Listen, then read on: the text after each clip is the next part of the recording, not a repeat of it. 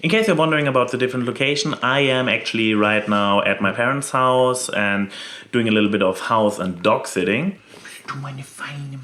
But this should not stop me from making new videos. Last time in my enlightening and sophisticated conversation with my friend the anti-gay, let's call him AG from now on, we left off with him finally explaining what is his big problem with homosexuality that offends him so much that he feels the need to go out there on the internet, offend people, call pretty much everybody who claims to be gay a liar, and the answer is, it is a crime against nature, because there are two genders for a reason.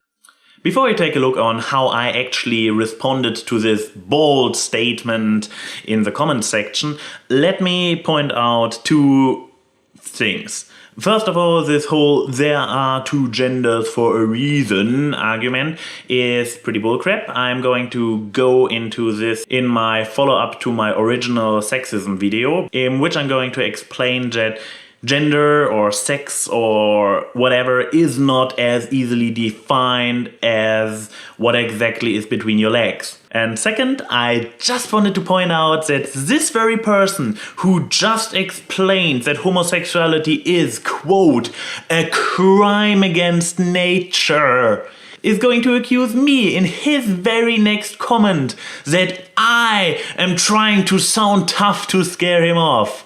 Just because you can't or don't want to make sense out of what I said doesn't prove me stopping trying or dodging issues. His accusations were so bland and superficial, I didn't really see any need to elaborate more than this one sentence.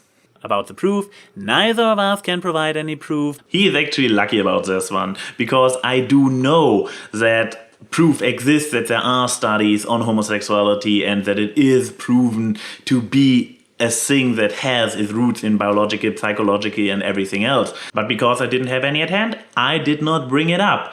But you are the one accusing others of crimes against nature.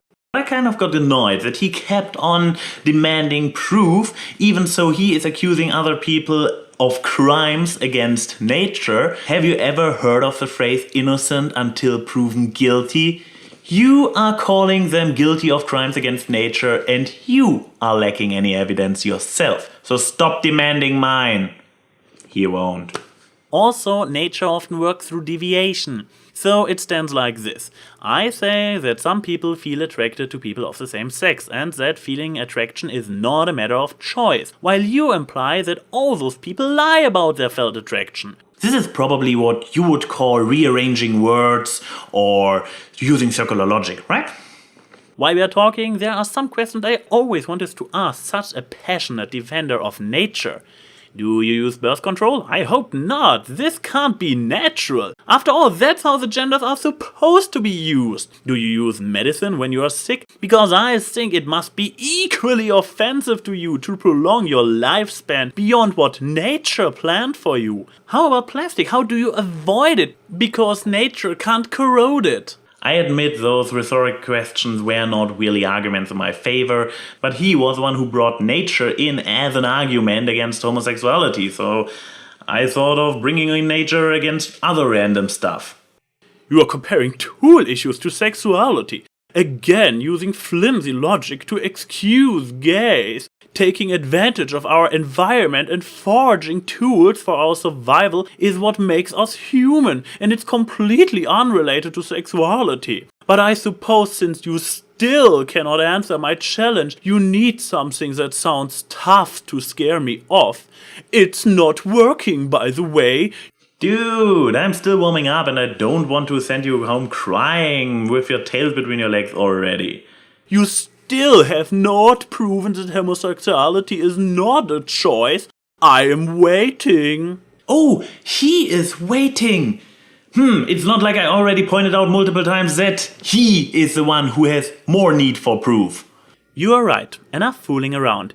Getting serious. I did not compare homosexuality to tools. I wanted to show you that the whole unnatural equals evil argument is false, since overcoming and challenging nature is part of human history.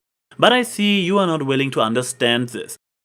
I do admit that I have a rather eccentric and colorful way of arguing and bring in irony and sarcasm and so on. But it is really sad when you have to explain everything you say in this manner to the person who is accusing me of stopping trying. As I already stated, there is as less solid proof for homosexuality being a choice as against it. So you are still accusing thousands of people of being liars without proof. The only noteworthy argument I ever heard from you is the fact that our species has 2 genders. Of course it does, it is necessary for the reproduction of our species. And I agree that our species as a whole needs to be heterosexual. But nature does work through deviation. That's how evolution works. Therefore, calling deviation within our species, homosexuality, crimes against nature is incorrect. So you owe me and the thousands of people you accuse of lying a proof for what you claim. But let's, for the sake of your standpoint, assume homosexuality would be a choice. People choose to be harassed all the time, people choose to be attracted to the opposite sex. If it really was a question of choice, what about the people who get driven into suicide because they are told their feelings are unnatural? Why did they not just simply choose to stop being gay if it really was so easy? They rather chose death over changing their mind. In the last paragraph, I kind of got carried away. But as somebody who understands that homosexuality is not a simple matter of choice, I got really angry at his ignorance towards those people who got driven into suicide by the hate they had to face by idiots like him. But as a reasonable argument, this was absolute crap. Because I wanted to make a point that it is not a choice, while he was saying it is a choice. So all this argument is saying to him is, people are willing to suffer and die for their choices. Well, they actually do. I pretty much described the concept of a martyr. Dude, I get it. You are grossed out by homosexuality. You know what? That's totally fine. So am I. The thought of interacting with another man's penis or even kissing creeps me out. You have to admit, I really gave him an easy way out right here. I degraded myself, said, hey dude, all you have to say is I personally am grossed out and you're fine. I really tried to give him a chance here to save his face.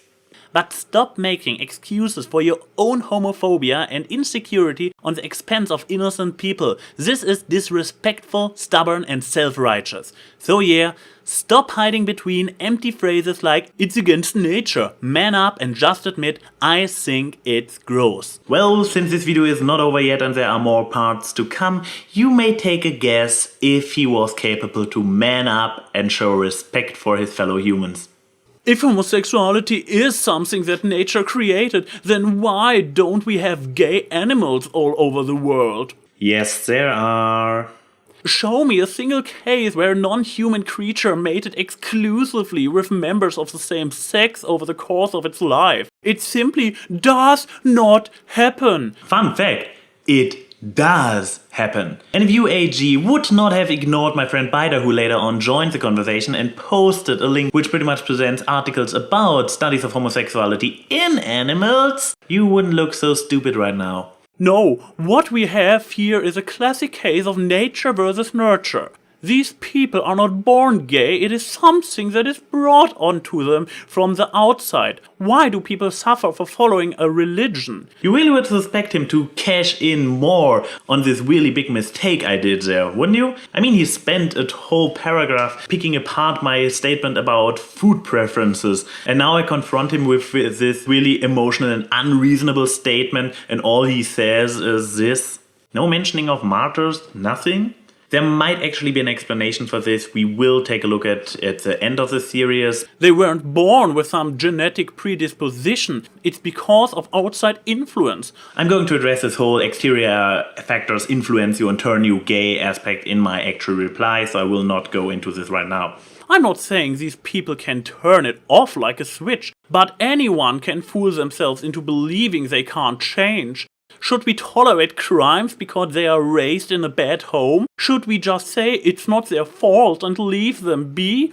Wow, at least my flimsy arguments don't compare innocent people with criminals.